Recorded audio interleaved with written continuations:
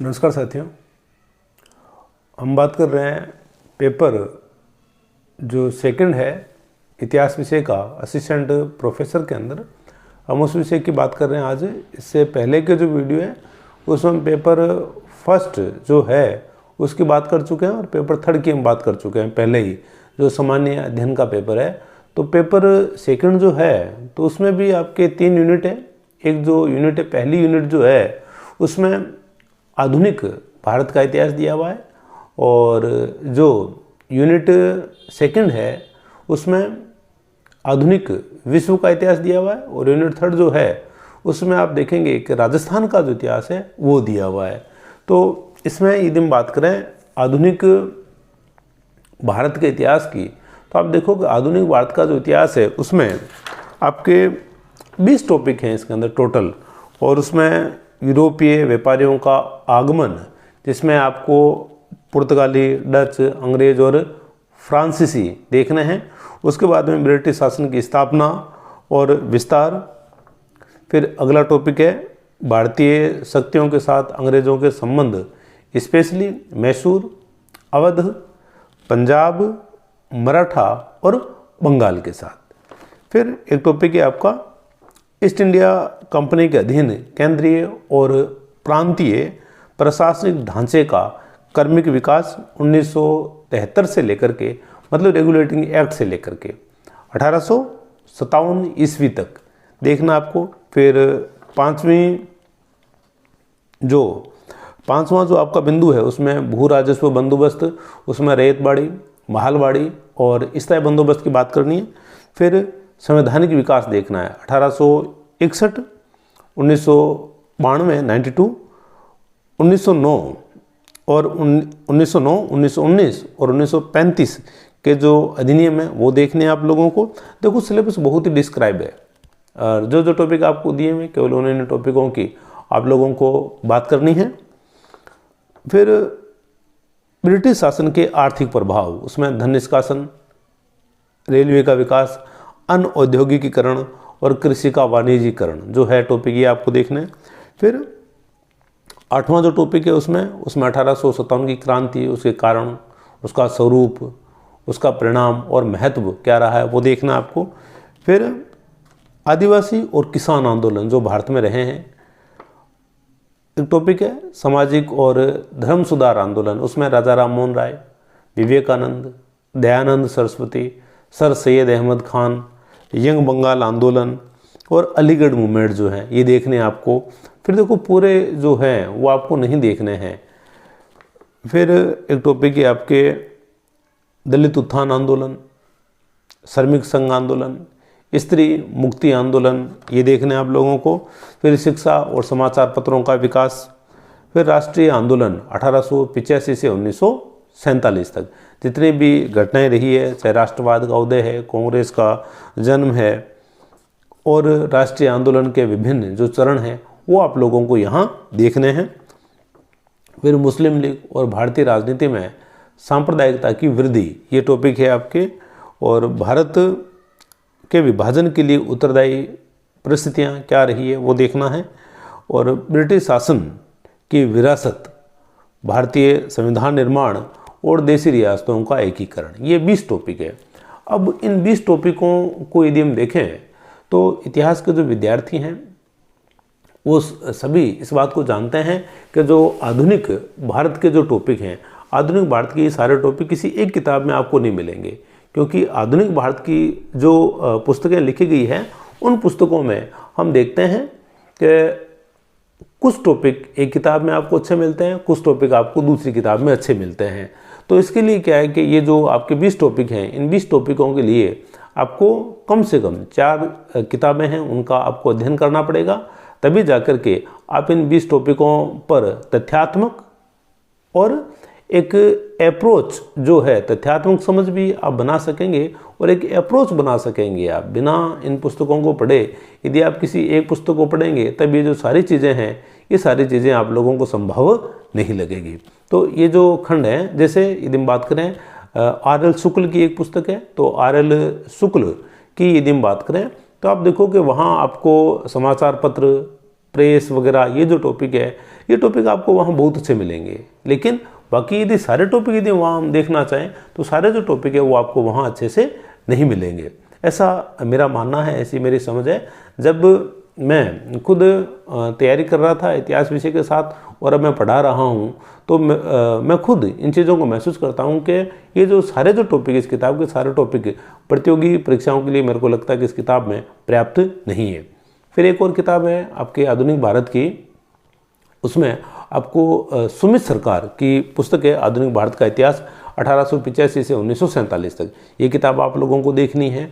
और इसके अलावा आपको एक पुस्तक है आपके प्लासी से विभाजन तक।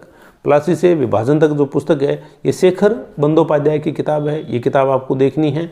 और एक जो आपके काफ़ी लोकप्रिय किताब है, जो छोटे जो एग्ज़ाम हैं उसमें वो किताब चलती है काफ़ी, और उस पुस्तक के जो लेखक हैं एक आपके BL ग्रोवर और यशपाल जो लेखक हैं उस किताब के।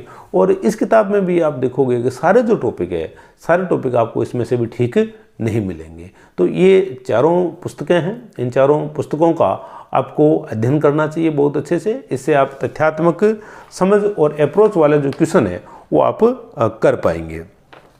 और इन किताबों के साथ आपको आर्य कंपटीशन की जो गाइड है वो भी आपको देखनी है, ताकि कोई फैक्ट यदि छूट जाए तो वो आपको वहाँ से मिल जाएगा। और ये सारी पुस्तकें पढ़ लेने के बाद में आपको अरिहंत के जो पेपर है, अरिहंत के पुराने जो पेपर हैं वो आप लोगों को निकालने हैं। और उससे क्या है कि आप अपनी ये तैयारी किस लेवल की हो रही है आप उसका मूल्यांकन कर पाएंगे बहुत अच्छे से। तो अरिहंत के पेपर निकालने के बाद ये जो हमारे 20 जो खंड हैं, ये 20 खंड हमारे, ये 20 जो हमारे बिंदु हैं, ये 20 बिंदु आपके काफ़ी अच्छे हो जाएंगे। और ये जो बात है सारी, ये बात है आपके यूनिट फर्स्ट की बात है, या यूनिट ए जो है उसमें सारा दिया हुआ है। फिर दूसरी जो यूनिट है वो है आपका विश्व इतिहास। और विश्व इतिहास में यदि अपन बात करें तो आधुनिक विश्व का इतिहास है, प्राचीन जो सभ्यताएं वगैरह है वो आपको वहाँ नहीं देखनी है।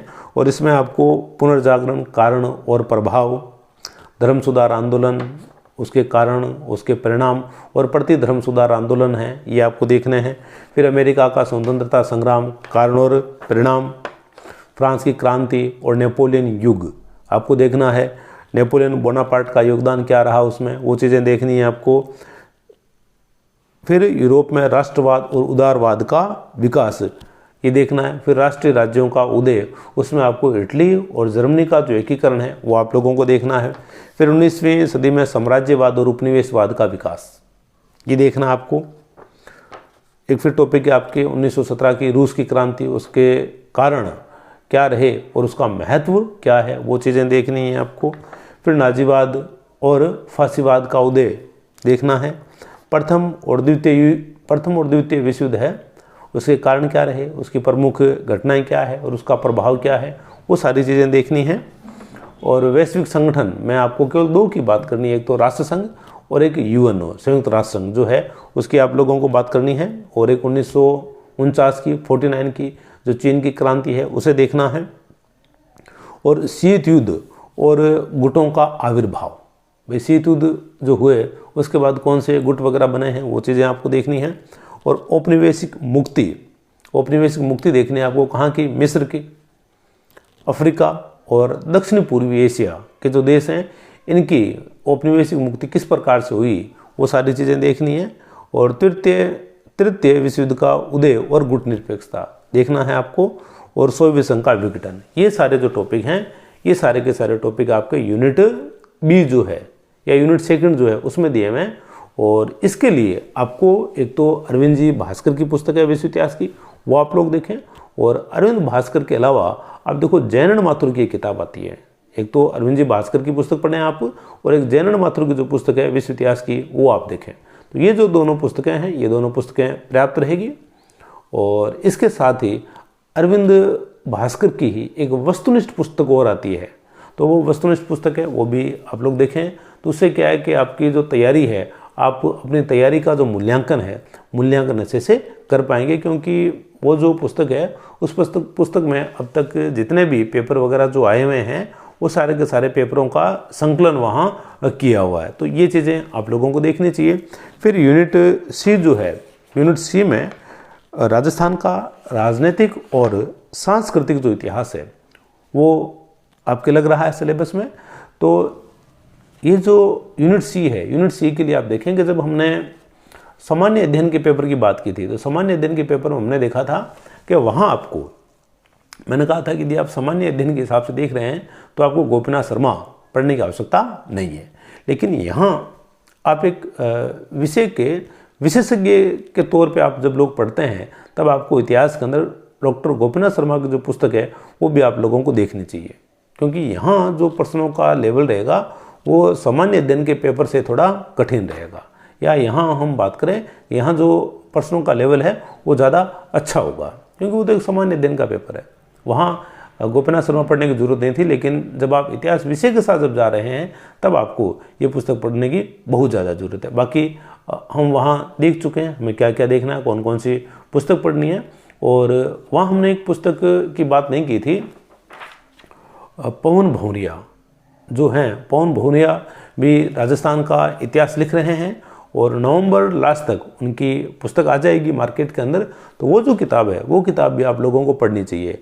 और पवन भौरिया की जो पुस्तक है आप देखेंगे कि पवन भौरिया जो हैं हमारे पिछले बैच के साथी रहे हैं और काफ़ी अच्छी रैंक से वो चयनित हुए थे। और उस पुस्तक में आप लोग देखेंगे कि ऐसे तथ्य आप लोगों को मिलेंगे जो बाकी परीक्षार्थियों से आपको आगे लेकर के जाएंगे। या हम यूँ कहें कि काफ़ी अच्छे जो तथ्य हैं काफ़ी सारी किताबों से, या हिंदी गणित अकादमी की जो भी किताबें वगैरह है उन सब से क्या है, पवन जी ने अच्छे तथ्यों का संकलन किया है। तथ्यात्मक और अप्रोच वाले जो दोनों ही क्वेश्चन हैं वो दोनों ही क्वेश्चन आप उस पुस्तक को पढ़ने के बाद राजस्थान से संबंधित जो हैं वो आप कर पाएंगे। तो यहाँ आपको पवन भौरिया की जो पुस्तक है वो भी आप लोगों को देखनी चाहिए। इसके अलावा बाकी हमने गाइड की भी बात की हुई है, इस पर पेनोरमा की।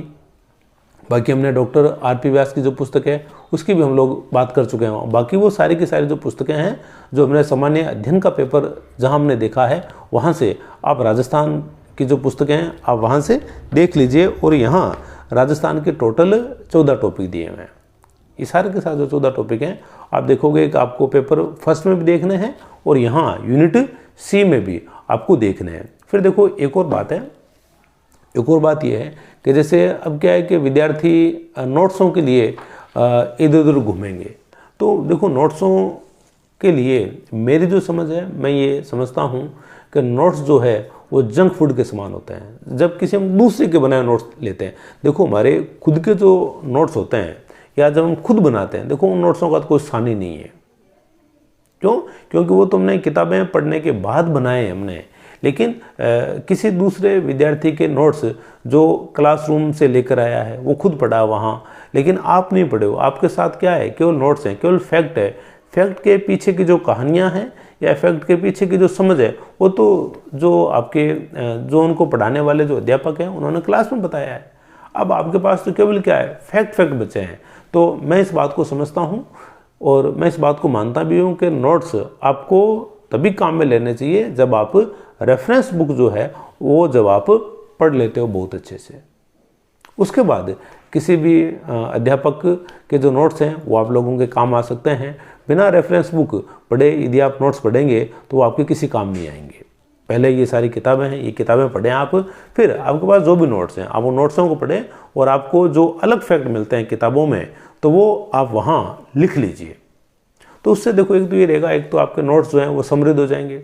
दूसरा, तथ्यों के पीछे की जो कहानियाँ हैं या तथ्यों के पीछे की जो समझ है वो आप लोग क्या है कि ज़्यादा अच्छे से आप लोग कर पाएंगे। और नहीं तो हम नोट्सों में अपनी एनर्जी लगा देंगे और केवल जो नोट्स हैं उनसे सिलेक्शन कभी भी होना नहीं होता है। किताबें पढ़नी बेहद ज़रूरी है। कई बार क्या है कि किताबें हम लोग पढ़ते हैं तो एकदम बिल्कुल सटीक जो फैक्ट है वो पूछ लिया जाता है, लेकिन जो अध्यापक आपको क्लास में पढ़ा रहे थे उनको लगा कि भाई ये जो फैक्ट है नहीं पूछा जाएगा। तो देखो नोट्स जो हैं वो व्यक्ति जो पढ़ा रहे हैं उनके दृष्टिकोण से महत्वपूर्ण है। जैसे हम भी पढ़ाते हैं क्लास में तो हम भी बच्चों को लिखवाते हैं, तो जो बच्चा क्लास में बैठा उसने तो वो कहानियाँ सुनी या जो तथ्यों के पीछे की जो समझ है वो उन्होंने देखी, लेकिन आप लोग उनसे क्या है वंचित हैं। तो नोट्स रखें, नोट्स रखने में बुराई नहीं है, लेकिन सीधे यदि आप नोट्स ला रहे हैं तो वो जंक फूड के समान मैं फिर कह रहा हूँ। आपको रेफरेंस जो बुक्स है उनका अध्ययन करना चाहिए। और ये जो सारी बातें हैं आपको मैंने 3 वीडियो के माध्यम से जो किताबें मैंने बताई आपको, ये मेरा इस परीक्षा के साथ जो अनुभव था वो मैंने आप लोगों के साथ शेयर किया। और यदि आप इन बातों को यदि फॉलो नहीं करेंगे तो ना तो वीडियो देखना आप लोगों के लिए सार्थक रहेगा और ना ही मेरे द्वारा वीडियो जो बनाया जा रहा है उसकी कोई सार्थकता रहेगी। तो आप ये जो पुस्तकें बताई गई है आपको, आप इनको फॉलो करें। और यदि आप इन पुस्तकों को फॉलो करते हैं, और मैं फिर कह रहा हूँ आज कि मैंने एक वीडियो बना रखा है क्रिस्टल क्लियर नाम से कि भाई किस प्रकार से हम पढ़ें। यदि इन किताबों को आप फॉलो करते हैं और उस वीडियो को यदि आप फॉलो करते हैं तो आप निश्चित रूप से आप सफलता को प्राप्त करेंगे और बहुत अच्छी रैंक के साथ आप लोग चयनित होंगे। बताई गई सामग्री को आप लोग अच्छे से पढ़ें, पूरे मनोयोग से पढ़ें, तभी आप अपने सिलेक्शन को सुनिश्चित कर पाएंगे। आपको आपकी तैयारी के लिए शुभकामनाएं। आप लोग अच्छे से पढ़ें। दीपावली की ढेर सारी शुभकामनाएं। और ये जो दीपावली है, ये दीपावली इस बार आपके जीवन में कोई नया प्रकाश लेकर आए, नई उम्मीद लेकर के आए।